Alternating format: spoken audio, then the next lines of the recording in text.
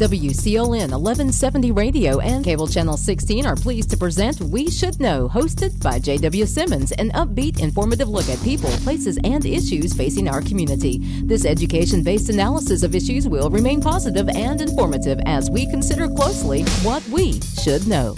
Welcome back, folks. My name is J.W. Simmons. The name of the show is We Should Know. We come to you each and every week right here at Star Communications Channel 16, WCLN Radio, simulcast 1170. We're looking forward to the show today. We've got three folks that once you see them on the screen, you're going to know who each person is. They've been a part of the community for some years and basically making things happen in the community. I'm going to start in the center of this group with Cara Donatelli. Cara, a lot of folks may not know this, but you are a native of Clinton, North Carolina, and you graduated from UNC Chapel Hill with a BA in studio art. One of the things I liked about the little intro I found here is that you basically talk about your experience with graphic design and photography. And one thing struck me, that you're a lover of all that is artistic. And I want to come back to that, but I want to go to your right, and Ray Jordan is to your right, and Ray knows everybody, and everybody knows Ray, director of the Agra Exhibition Center. He's also the treasurer on the Arts Council here in Clinton, and he's got another notable title. And I don't know where all this comes from, but he shows up in these places. He's the assistant director of the economic development area right here in Sampson County, along with Stephen Barrington, be the executive director. Robert Stroud is here. Probably, Robert, your name is more synonymous with people because you've been on the radio well over 30 years, close to 35 years. You've had a show called Boogie Shoes. In fact, you introduced that show as the Boogie Shoes Radio Network. Yes, and right. I think it probably is a network. But it's those kinds of connectivity and things that are happening in this county, I think that gives it weight. Cara, I want to start with you. Believe it or not, I want to go to your experience as executive director of the Arts Council, and again, look at art and what it means, just that one word, what it means to bringing communities together, bringing people to communities. Why is that so critically important? Right. Well, the arts are so important to a community because they do bring the people together. You have great events, art activities, gallery shows, receptions. You know, the Arts Council puts together, a lot of those things here for Sampson County, promoting the arts in Sampson County and the artists here in our county. And it's just, a way, the arts just bring people together. It makes them think differently about their community and about the people that live in their community. So it's just a wonderful thing for any community, but I'm so fortunate to have been the director of the Sampson Arts Council for 12 years now. And like you said, I am from Clinton and grew up here and went to Clinton High School and then to UNC Chapel Hill and was an art major there. So being, the head of an arts business has just been really rewarding for me. And I do love all arts. So it's been fun to meet artists and just do all the different things that are involved with the Arts Council. I had someone define that for me one day, and they said, art simply means freedom of expression. Right. And I thought that kind of, encapsulates it all. I want to kind of segue to Ray and Robert now. One of the things that just finished, and of course you as well were involved in this, is a program that has been done now for 10 years called Alive After 5. And each one of you guys have been involved in that. What's the success of that? How's this thing going on for 10 years? Well, JW, thanks for having us on today. With Alive After 5, it started 11 years ago. Actually, 12, if you count COVID years, it's 13 years ago. I was a local business person that had just moved here, came to the city manager and the Arts Council and wanted to do some, his words were, can we find some little concerts to do in our community? And that from that stemmed the Alive After 5 concert series. The success behind it has been our sponsors and the support of people coming out. It's just been, we've had tremendous success with fundraising activities for that, the community. Not only our businesses, but individuals being sponsors and supporting it has been outstanding each of the years, and it seems like it's gotten better each year because we gain some, we lose some, but we're holding our own with it. And we've presented somewhere, I think if my count is correct, we've presented 65 concerts in the last 13 years. Wow. Ray, Robert, you've always been involved in some aspect, either announcing or helping make sure the system is working or in using your technology and skills to do that. When you look at that particular series of shows, I've heard you say this before, you attribute a lot of the success of that of the people that are not only big sponsors, but the smaller people that maybe donate $250 or something. Yeah, I don't know, what is it, Ray? Close to 100 of the smaller level sponsors. And that just brings in some big revenues, to keep the shows going. And Live at the Five Committee's done a great job with them. I was on it for a while and got off, but they're still doing a great job with what they're doing. I think he's probably on ex officio. He just don't know that. We got to make sure. The thing with art, in the sense of what art is, do you find, and this is for either one of you, do you find that art finds its growth, its demographic of people in different areas? For example, if you're in the mountains, you might find bluegrass. If you're in the eastern part of the state or coastal area, you might find, what we refer to as beach music, that kind. Is that a truism, or do we find it's kind of scattered around and mixed? Well, each community across the state has its own unique art that's unique to the community. Obviously in the mountains, Appalachia, bluegrass and fiddling is a big thing. And as you come down here, what you refer to as beach music, that's been around for a very, very long time as well. But each community has its own thing. And if you take it beyond music, you got all your different artists and different art forms that they do. We've got folks that carve. We have folks that do acrylic painting. We have folks that do, pottery. So it's a wide mix of art forms that we are able to present here through the Arts Council. But when you talk about across the state, look at the Piedmont with pottery and how important that is. That is an economy in the Piedmont of North Carolina. Mm-hmm. Robert, I know you're and this is a question that could only be asked of you. I know you're a big Elvis person. You really was back during the day. You actually got very kind of close to Elvis at some time at the concerts. Does Elvis represent beach music in North Carolina, or is that a whole different genre? Well, this day and time, a lot of your beach music stations are playing music that when they were out, say 79, 80, 81, some of that back in that time, they're playing that music now, because I can remember going downtown and buying some of the same stuff that they're playing now, but they wouldn't have done it because it wasn't Miss Grace or Rainy Day Bells or Summertime's Calling Me, the classic ones, But matter of fact, you speaking of Elvis, the Myrtle Beach station Saturday was playing some of his music, so they're shagging to the Elvis beat. I mean, they're just mixing it in with some of the other stuff. Kind of the way it rolls. Not necessarily beach music, but part of the era. And not all of his stuff is shaggable, but there's right many songs. Carrie, you've taught at the schools, so you've been a teacher, and do we do enough now with art in schools? We've been very focused on STEM, science, technology, engineering, and math. Have we kind of left that piece to the side? I've had recent discussions with folks on this show about it seems to be there's a very angry younger generation. I'm talking 12, 13, 14, 15. It's all over the media. You see issues. Could art kind of help bring those people together? I think it could, because art is a type of therapy in a way. It helps people express themselves, feel good about themselves. I feel that, they're doing the best they can in the school systems. And, it would be nice if we could offer more arts.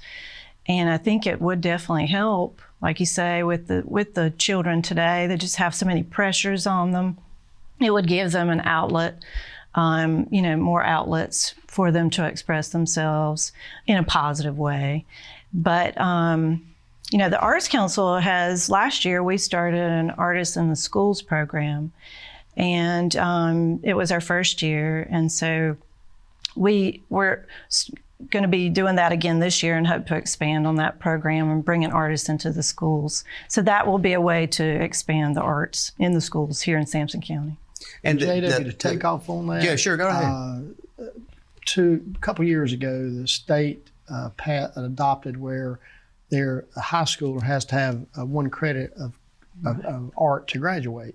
So that was a rather big push, given all the pressure on teachers for intergrade testing and all that. But to your point, arts, the importance of arts is trying to, we're living in a creative world now. There's a lot of content making. There's a lot of social media things that people are making money from. So we can come back to that and talk about it a little more. Yeah, we're going to take a break. We're going to come back. I want to kind of fill in on that a bit. Then I want to spin back to the radio thing that you do, Robert. One of the things I've hear a lot from people, we tend to think, well, everybody's got their phones and they can go to XM and all this kind of thing. But I want to talk a bit about the importance of that local identity and how important a local station like that is to a lot of folks, which gets back to the identity piece that we talked about as we opened. So when we come back from this break, let's kind of move into that area, and then the last half of the show, maybe the last 2 segments, I want to really get into a lot of things that's coming up, just really get into those as to what they are and how it's going to impact the community. Ladies and gentlemen, stay tuned. We'll be back in a moment. We're talking with folks about the arts and how they may impact your life, things that you hadn't thought about, but really it develops who you are. We'll be back in a moment. If you run a business, you need sales. To get sales, you need customers. To get customers, you need exposure. Let our team of experts craft and produce the perfect video ad to reach your intended audience while making the most of your advertising dollars.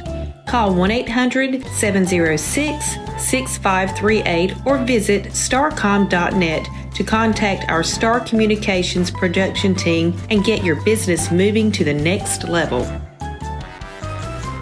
Ladies and gentlemen, welcome back. We Should Know is on the air. My name is J.W. Simmons. I'm your host. Today, our guests are Ray Jordan, Cara Donatelli, and Robert Stroud. And that's from, I guess, left to right on the screen, or right to left. Cara, I'm sure they can figure out who you are, so we'll just kind of focus on you. I love that. So, but we're talking about art. Let's get back to our conversation here as to the importance of art and what it means, so no matter what that classification is. Ray, you were just making a point to that. I want you to expand on that. With the society and the world that we're living in, the creativity and folks being able to think and critically think is very important. And in business, like you think about draftsmen and craftsmen, and different folks that do that type of work, the creativity they have to do it, like interior design or building design. Mm-hmm. So a lot of folks don't put that together at an earlier age. But so that's one reason the arts are important, in instilling in children to be creative, and the arts help foster that. Mm-hmm. That's what I was trying to make. And then the state realized that by implementing that students had to have 1 credit hour of art in order to graduate high school. I guess what I hear you saying, it's one thing to understand the math piece and the engineering piece, but first of all, you got to imagine what you want to do, and then you can develop the mechanisms to get to what you're imagining. Well, and Jed, when you think about it, every student learns different. Some catch on very quick, some can be taught at a different level, a different way. So, and the arts can help somewhat bridge that in some ways. Some people are way more visual. Some people like you can hear it one time and remember it. I got to hear it 100, and then I need to see the picture twice. So, but that's kind of how. But the importance of that, and at an early age, and to create that love for it, and is one of the things that we do to support that is, as Cara mentioned, the arts in the schools. For for this year will be 24 years we've been presenting the Class Acts performances to students in all the city and county schools, including Harold's and Mintz Academy. And in that program, as you know, we've talked about on the show before, brings around 8,500 students each year to the Expo Center to attend a live performing arts event, where a lot of students may or may not have that opportunity without that program. So we're very, very thankful for that, and that program has tremendous community support. That could be a miracle moment for that student, for that one student, and that whole crowd in it would be worth it. Right. I'll tell you a great story. One day I walked in a local restaurant, and the young man was taking my order. He said, "Aren't you that man that runs the Civic Center?" I said, "Yes, sir." "Man, I love that show." And he started telling me about the show that he had seen. And as he talked, I immediately realized what show he was talking about, but I couldn't not remember when we presented it. Right. So when I get back to my office, I've got a sheet there, and I looked up when we presented the show, and it was 5 years before that. And he had remembered that. Right. And somehow or another, he remembered this old man standing on stage 5 years before. So you never know who you're impacting. That's right. That, in essence, what we're talking about here, Kara, is a direction changer. I mean, it kind of changed what you thought was there, and you see something else now. Right. Which I think is important. And it's very important. Robert, I want to switch to you right quick on this whole subject of looking at things. And you just mentioned a while ago, 35 years doing the show, where you're connecting with a group, and you got a large listening audience. What kind of transitions have you seen over that period of time, from looking back and thinking now? What has changed the most for you when you think about your audience in transitioning from, I guess we're talking back in the 70s, we're talking several decades. I mean, you got a world of information up there, just because you interact. You don't just punch a button and play music. You interact with these people. I mean, you're constantly either on the phone or somebody's calling you, wanting you to put them on the air. And so you really got a little family of interaction going on.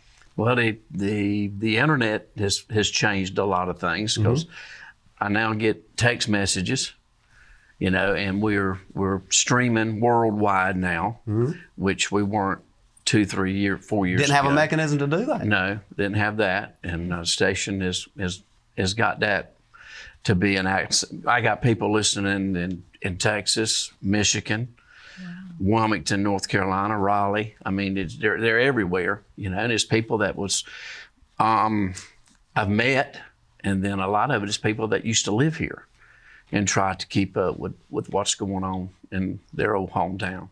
Do you ever think about that, either willingly or unwillingly, over that period of time, you've developed a whole personality for that entire show? It's become that personality that's moved forward all over the country. Well, it's just, I just enjoy it. Like I've had a lot of people ask me, why don't you give it up? But I just enjoy it. Yeah. I mean, I'm at the age now that DJing parties, some of that's fading out. Yeah. But I just enjoy the audience. I got a good listening audience, good listening base, as you say, and get people. I could be in the post office or in a grocery store or something, and people let me know that they're out there listening. So it's amazing that some people that I talk to that in those areas that I don't talk to every day or every week or whatever, that's tuned in. What it does, JB, it creates community. I think it does, and I think it's in a continued dissecting of our communities. To some degree, it brings it together. Is that a reasonable way to look at it? So with that said, Kara, I'm gonna circle back to you again. When you're there at the small house on College Street, that historical building itself, and you're thinking about things of art, how do you process, this is what I want to do? Or somebody calls you and says, I don't know, maybe I carve animal figures out of oak trees or something. what do you determine, well, this would be good or that wouldn't be good, or we're going to do a show built around this? Do you do that as a collective with the council, or do you say, well, I'm going to do this and then present it to the council, or is there some vetting process? Kind of tell us how that works. Because I think maybe we might be listening, there may be a listening audience out there of people that are very artsy that feels like I'd like to get my art out. Oh, sure. Yeah, well, we're always wanting people to reach out to the Arts Council, artists, anybody, a musician, anybody who's creative and wants to share their talents with Sampson County. We are always looking for people. And I love it when someone calls me or walks in my door and they may have never even been to the Small House before. And they tell me, well, I'm a photographer. Let me show you some of my photos. Or, well, I do some art. I had our last artist who was in the gallery. He came to a show that we were having at the gallery, and just to see the show. And I didn't know he was an artist. And he mentioned to me, well, I'm an artist, and can I show you some of my work? And I said, sure. And he showed it to me, and I said, well, you definitely need to have a show here. Wow. He lives in Roseboro, and we put him in the gallery a couple of months later. So, we're always looking for those artists, people who want to share their talents. Since COVID, we've really pushed sharing Sampson County artists as much as we could, and trying to find as many of those artists to showcase. We have reached out in the past and shown, and focused on regional artists as well, and they're important, and we do bring them in for our Artists in Schools programs and things like that. But to focus, recently on the people right here in our community that are so talented that we need to, feature them and share their talents with our community. But one thing that's important about that is, and I think Kara would agree with this, there's been a lot of people that have come to the Arts Council or worked with us that did artwork, but didn't necessarily think of themselves as artists. They were hesitant to put their artwork on. I think mainly because they did the work for themselves, and they enjoyed what they're being creative and what they were doing. It was kind of private. And when you've not shared your work with someone, you're apprehensive about sharing it because how's it going to be received, right? So we had a show, and Kara put together a show with a bunch of artists that had not presented before, and we asked everybody to price their artwork to sell. And as an example, this is a true story. We had a person that priced a piece of art, and they priced it to where in their mind nobody would buy it. It was the first piece we sold. And that sale opened the eyes of that person to, somebody else puts value on it or see something that I saw. Yeah. So, it creates a whole different level. But to the point is that we really, to going back to your core question, the board and Kara, we're trying to reach out and find people to come, and we really want to expand as many local artists as we can because it creates economy. When you think about Grace Ho, who just opened her new gallery downtown. Right. So all of a sudden you've got an artist that has been here for a long time and had shows at the Arts Council, but now has a business downtown and is bringing folks in from all across. So it becomes not only their artwork that they're sharing, but it's things that people are buying and creating an economy. And I think that and arts does stimulate the economy. Yeah, I think that makes a significant impact on community. And again, you just mentioned downtown, there's this shop, you can go buy art in. There's probably folks listening to this show today and going, well, I didn't know that. Well, maybe you just hadn't been downtown lately, or you've been to Fayetteville and Raleigh a lot, and you just forgot there's a lot of change happening. When we come back, I want to touch a bit more on the local artist piece, and then we'll kind of get into some of the things coming up. But we're going to take a quick break, and we'll be right back. Ladies and gentlemen, thank you for being with us today. We're coming up on another break here. We're going to come back in a moment. We're going to talk about some things that you need to know about in the world of art and things upcoming in the world of art that might impress you. We'll be back in a moment.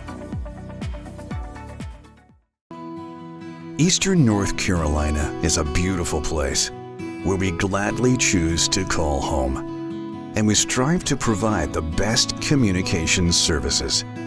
STAR is committed to improving communications to all our service areas because we want to improve the communities where we not only work, but also live.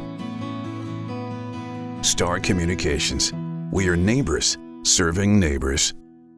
Every year, 7 million 911 calls are made in North Carolina. 911, what's your emergency? Will you answer the call? Every second counts. You can be that lifeline. People in crisis look to us for assistance. We provide guidance and support until physical help can arrive at the scene. Join us and make a difference in our community. Be the calm in the chaos. Be the voice in the dark. It's the hardest career you'll ever love. Will you answer the call? Discover more at it.nc.gov/911careers. Welcome back, folks. We're talking about art today on We Should Know. My name is J.W. Simmons, your host. We have with us Cara Donatelli, Ray Jordan, and Robert Stroud. Robert, I want to swing to you on this last kind of piece here. We're looking at local artists. Before we went on air, off air, we were talking about a gentleman from Salemburg. I think his name was Willie. This is nationally, has gotten national recognition as an artist. And you and Cara was kind of exchanging commentary on that. Can you kind of give us a little more detail? Because I thought that was a fascinating commentary. Well, he grew up in Salemburg, North Carolina, and presently bass guitar player with Boz Scaggs. And he's played with numerous people, Eric Clapton. Wow. George Harrison. I think he's on 12 albums of George Harrison's bass guitar player from Salemburg, North Internationally Carolina. recognized artist. Yeah. Willie Weeks. Yep. How does talent like that just pop up? I mean, listen. I love Salemburg. Don't get me wrong, but I mean, I just never would have imagined that. All of a sudden you see somebody end up on the national stage, if not international stage, in the art world from Salemburg. And I know there's a trail, but what I'm looking for here is it something that is innate with all of us that we never bring out, or is it something that's a gift of God, or what? Cara, I'm going to dump that on you. You're the degree holding person here. Well, I think definitely, people do have gifts, and I think that, with Willie, and I don't know him personally, but he, I'm sure, had some kind of talent there, and he just went with that talent and it took him to so many places, and he's been all over the world and with his music. So I think you can, if you have interest, I think people need to know, okay, I'm interested in music. Maybe I'll pick up that guitar and try playing it and see, is that something that I have a talent for? Take a class. Mm-hmm. We have pottery classes, other classes at the Arts Council. Take a class and experiment with the arts and just see where it'll take you, and you never know. Robert, you listen to a lot of music, more than the average person could even imagine. Do you have those moments that you listen to something and it strikes you, I don't understand why that didn't make it to the national list? Well, I mean, there's this day and time, Facebook, there'll be some commercials on Facebook or something, and it's amazing of the background music that's playing. Yeah. And able to take an app, Shazam, and Shazam that song, and a lot of times it's a good song to play on my show. Wow. And getting back to Willie, there's another gentleman in Kinston, Maceo Parker, saxophonist, traveled the world with James Brown. Mm-hmm. So right here in Eastern North Carolina. There's probably more I know locally, musicians around, but I don't know Willie that well. Was able to meet him through Robert Honeycutt the night at the Boz Scaggs concert. Robert knows Maceo real well. Right. And he still travels. I mean, he still travels overseas and does concerts still overseas, blues festivals and stuff, So, but yeah, I listen to a lot of music, and just keep researching it and just exploring, just find something to play different on the show. And you mentioned Robert Honeycutt. Well, let me say to Robert Honeycutt, hopefully he's looking at the show. Robert, we need to get you on and we'll talk about some of these details and maybe bring us back to life on them. Ray, you wear a couple of, obviously I mentioned 2, you wear about 3 different titles locally, some more that probably I don't even know about. But how does all this stuff we're talking about with art,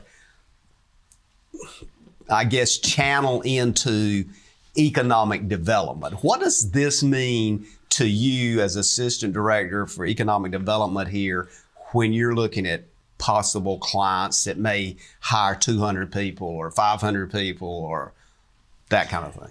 Well, JW, it's very important that you have a very diverse community with activities, whether it be good schools, whether it be good recreation program, or a very healthy art scene, art program.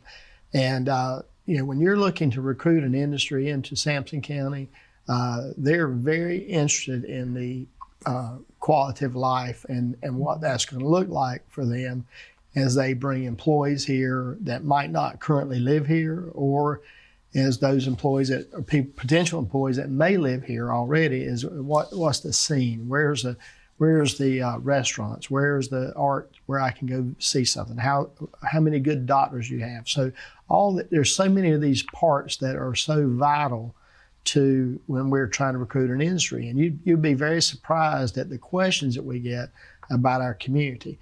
And then the other thing is that, a lot of times these industries that look at Sampson County, it's amazing how much, because of the internet, they know about us before they even talk to us. So it's always important to put forth a good front, and I don't mean a putting on makeup, but putting out there the things that are going on in your community, so that people can find out about it and can learn and know about what you have going on. I guess it was last Thursday night, Live After 5. It was October 27th, whatever day. I guess that was last week. Yeah. We at Live After 5, there were people here from Wayne County, from Cumberland County, and I talked to a couple people that locally that had never been, and their words to me, and they didn't even know this went on. And I'm like, well, we apparently haven't done a very good job of promoting, if you've lived here and you've just found out about it after 10 years. So obviously it's very important with economic development. So we're proud to try to support all of those initiatives, whether it be art programming, recreation department, how we can work with them. Is we're very excited to do that because of the importance it means in recruiting those folks to our community. I think it's critical. I want to kind of make sure we got enough time here. I want to step forward and do a dance here, if you will. Not literally, Robert, but I want to step forward for a moment and talk about 2023 is coming up. Usually folks, for the most part, and again, we're going to dump everything on COVID, hadn't got out in quite a few years here. And Robert, you had I think was kind of the thought behind this, but to do something the 31st of December to bring in that 2023 new year, and it has to do with Boogie and the Arts, and I kind of like that title, and it's going to be over at I want to say Ray's place over at Exhibition Center, because you basically live there. But what caused you to think that may be a good idea? And tell us what it is.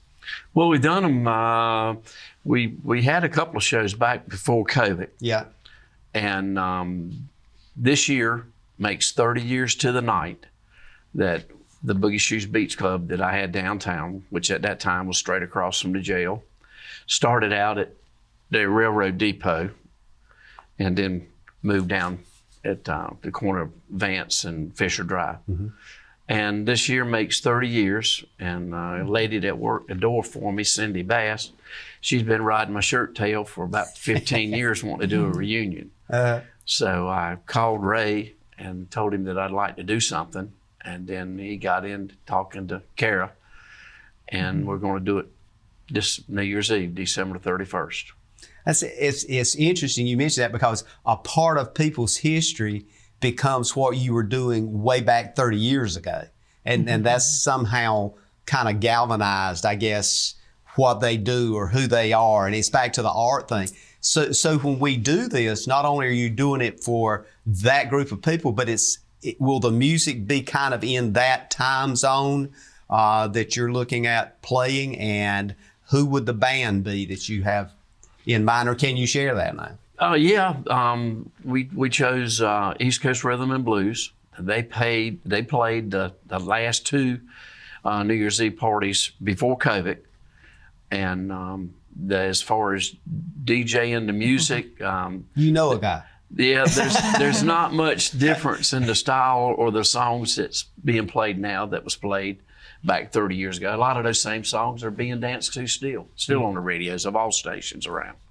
Well, and one of the things that strikes me, Robert, as you're talking about that, is that I've often heard this phrase too, that if the music's good enough to make you dance, it's good music. Is that relative? Yeah. If it makes you move. Yeah. It goes in your ears and out your feet. So is this pretty much a reality then? We're coming up kind of close here for their third break, but is this a reality? We've got that locked in at the moment, and that will support this whole process will support the arts and the Arts Council. Correct. So the JW, Robert came up with this idea for this New Year's Eve event, and it's called Boogie for the Arts, the Boogie Shoes Beach Club 30th Reunion New Year's Eve Celebration. Wow, that's a big title. It's a long title, but we're very excited by that. There are three primary sponsors, Big Blue Stores, Star Communications, and Nissan of Clinton. Robert has solicited those folks. We're only going to have three major sponsors in addition to Robert's Boogie Shoes Network and the Arts Council. So that's where we are on that. We can talk more about it after break. Absolutely. We're going to come back from break, and I want to kind of get into that a little bit. And Kara, there's also some other events coming up here, December 5th, December 1st, that we need to add into that, and also December 20, that it's just, if you're not in the beat for Christmas, this should get you into the beat for Christmas, if that makes sense. So when we come back from break, let's kind of get into that. And I want to make sure that folks understand and let you help us make them understand the intense amount of time and effort it takes. I'm sitting here looking at Robert and all three of you. I've been kind of shadowing some of you over the years, and it just blows me away that you actually get it done. And 99% of the time it's successful. We'll be back in a moment. Ladies and gentlemen, stay tuned. We'll be back in one moment to continue our conversation about the arts and people that are engaged directly in making sure you get a taste of what's going on. We'll be back in a moment. To get the most out of your electronic devices, you need a strong internet connection and a protected home Wi-Fi network. You need high-speed internet from Star. Star has the fastest, most affordable high-speed internet service available for all your devices. We have no long-term contracts or high-pressure sales. Our service speaks for itself, and switching is hassle-free. We take care of everything with free installation from a local company. High-speed internet from Star. Internet at the speed of life.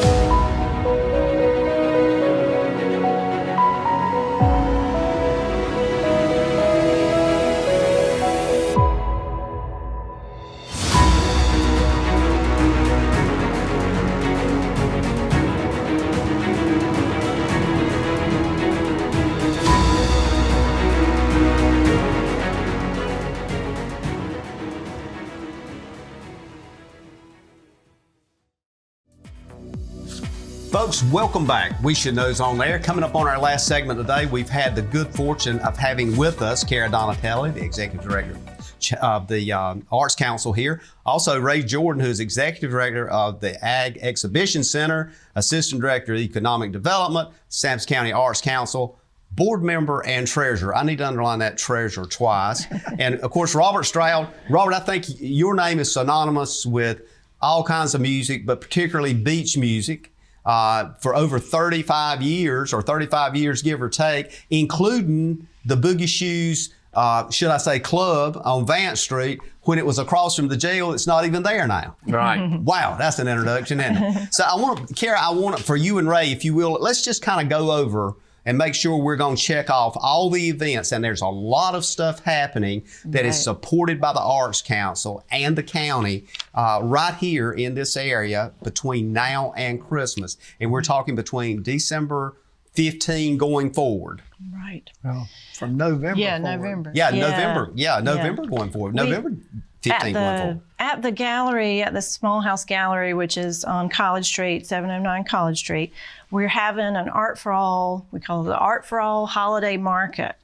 And that market will be like a store.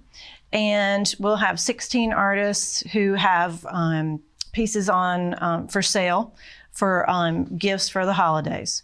So that could be pottery, prints, paintings.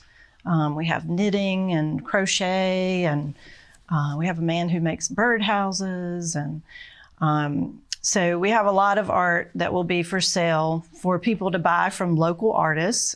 These are mostly Sampson County artists. Some are regional as well, but we would love for everybody to come out and support those local artists for the holidays. Special gifts you can buy there. Yes. You're not going to find anywhere else. That'll Unique. run starting on November 10th through December 15th.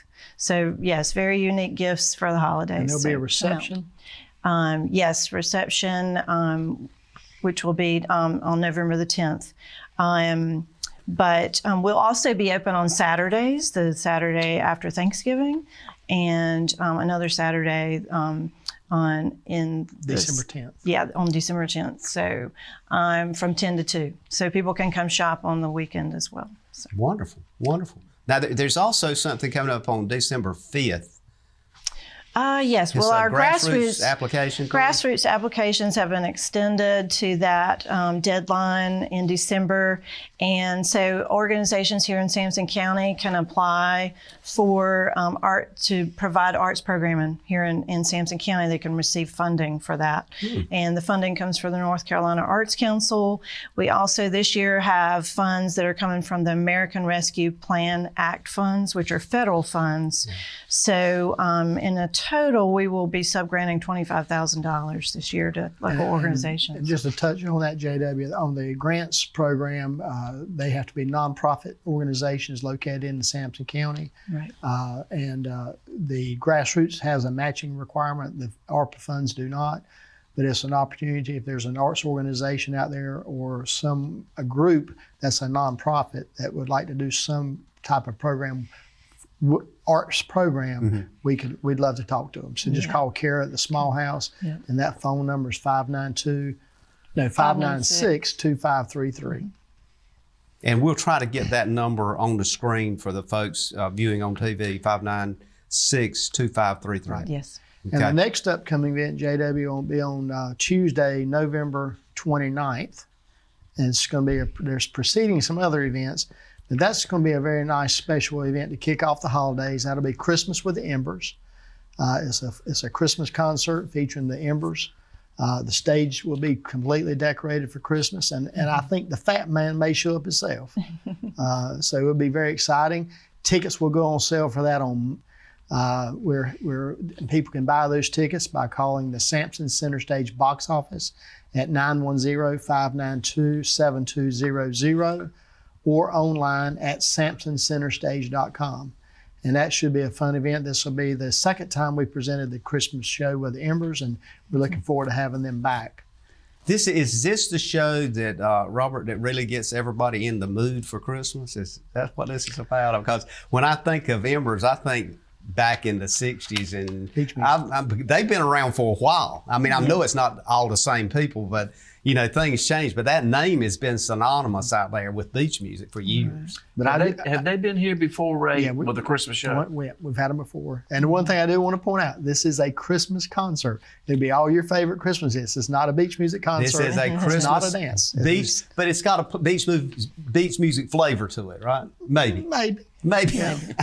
Hey, some colorful shirts or something. I don't know. They'll be it's going to be a very nice event, and 300 tickets are available, and beyond that, tickets are $22 per person, and it's a great way to kick off. It's a family-friendly show. Now, what's with this gingerbread cookie decorating thing? Yes, on that'll get a lot December- of people's attention right there. Yes. You get to eat the cookies. Is the You question. do. You Oh, do. all right. Eat them, decorate them, and eat them. December 1st, with the Christmas in the City in downtown Clinton, the Arts Council will be sponsoring that event, and families are welcome to come. It's free, and you can bring the children and decorate a cookie and eat it there or take it with you. And yes, we're excited. So as part of that event, that's part of the Christmas in the City that the city is Yes. sponsoring. And the Arts Council will be located in the Republican Party headquarters. So as you visit Christmas in the City, please stop by there to participate in that arts program sponsored by the Arts Council. I started to say cookies and milk, but they'll have to bring their own milk. Correct? Is that just a thought? So what else is going on? We want to make sure we get everything. I think you got me. And we're going to try to work out something with you guys to get at some of the technical people here, and maybe we can pull that up on the screen so they can remember those dates and Ray remember the phone numbers. That'll be there, because if not, I'll probably get a lot of calls. You'll probably get a lot of calls, and if they got it in front of them, maybe they'll just go ahead and buy their tickets. Exactly. And JW, to bring up the end of the year, as we talked about a little bit earlier, is the Boogie for the Arts, Boogie Shoes reunion, New Year's Eve. And Robert's going to talk about the band a little bit, but tickets will go on sale for that on the 14th of November. The event will be held at the Expo Center. There will be party favors, champagne, and breakfast at midnight. Wow. And as we spoke about just a little bit earlier, we'd like to thank those three sponsors in particular, the Nissan of Clinton and Star Communications and the Big Blue Store. And certainly like to thank Robert for bringing this idea to the Arts Council and from the Boogie Shoes Radio Network. And then the Arts Council will all be there, and we'll have a great time. And Robert, tell them about the band. Yeah, Robert, East kind of Coast. give us an idea of what you're expecting. East Coast Rhythm and Blues, like I said, they're no stranger. They played here twice before COVID time, But they're out of Nash County, Rocky Mount. There's 9 on stage. They have added a female singer since the last 2 times that they were here with us. And but do a great job. They do a great job. Got a great horn section, and they'll get into all genres of music. Wow. So if the people want to come, then can't shag. We still want them to come because they can still boogie and throw down. They can just bounce to We're going to try to spread it around for all likes of music. And this is an entertainment event that, as you just pointed out, breakfast will be available. Which brings the question: if you don't feel like you can make it to breakfast, that's okay. Oh yeah. Well, I had one lady say that she goes to bed at 10 o'clock, and I said, "Well, just drink some Red Bull that night. Stay and eat with us." Because they're gonna want to stay. That's They're gonna wanna right. stay. Till How then. many are you anticipating? I mean, how many could possibly? We can easily accommodate 400. Wow. We've already got quite a few. People have been calling about tickets, and we've been held up just a little bit from our box office software. We're having to change over to a new company, and like I said, that will be online by the 14th, and those tickets will be available online and at the Expo Center. A person can buy an entire table, get a group of friends together, or you can buy individual seats at a table. Is how that's going to work. So it'll be. But like I say, on November 14th, they'll go on sale. We're very, very excited about it, and we're glad to partner with everybody and bring all these groups together. And we certainly appreciate those 3 major sponsors doing that, and it's a great time to do that. And we're very appreciative of everybody, and we look forward to everybody coming out and bringing in having a the good new time. year and all that it has to bring for us. And so we're very, very excited by it.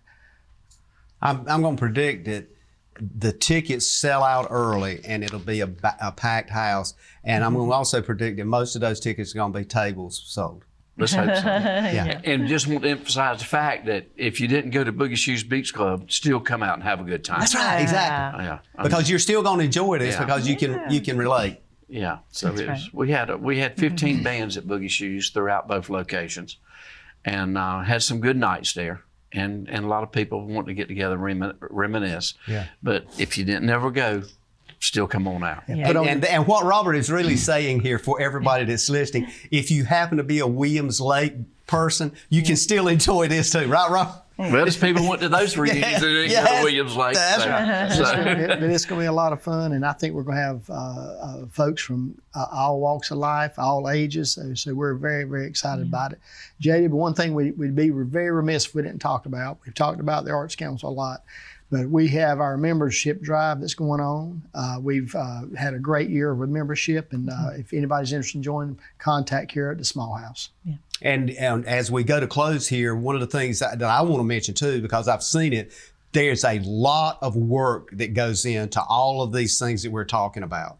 And there's a lot of people in the background making it happen. And this is kind of the front row seats here, but you guys just don't do this. There's a lot of people who says we're going to make this happen. So I personally want, on your behalf, to thank all of those people that helped make this happen, and particularly those people that decide to participate. So, and again, your contribution to the community develops into economic development. It develops into improvement with the Art Council. It causes people want to come here. And I want to thank you for being with us today. We're going to have to go to close and look forward to having you back soon. Thank you. Ladies and gentlemen, thank you for being with us today. We talked about a lot of stuff. Hopefully, you'll be able to participate. Hopefully, things will be great for you in the coming new year. And as always, may God bless.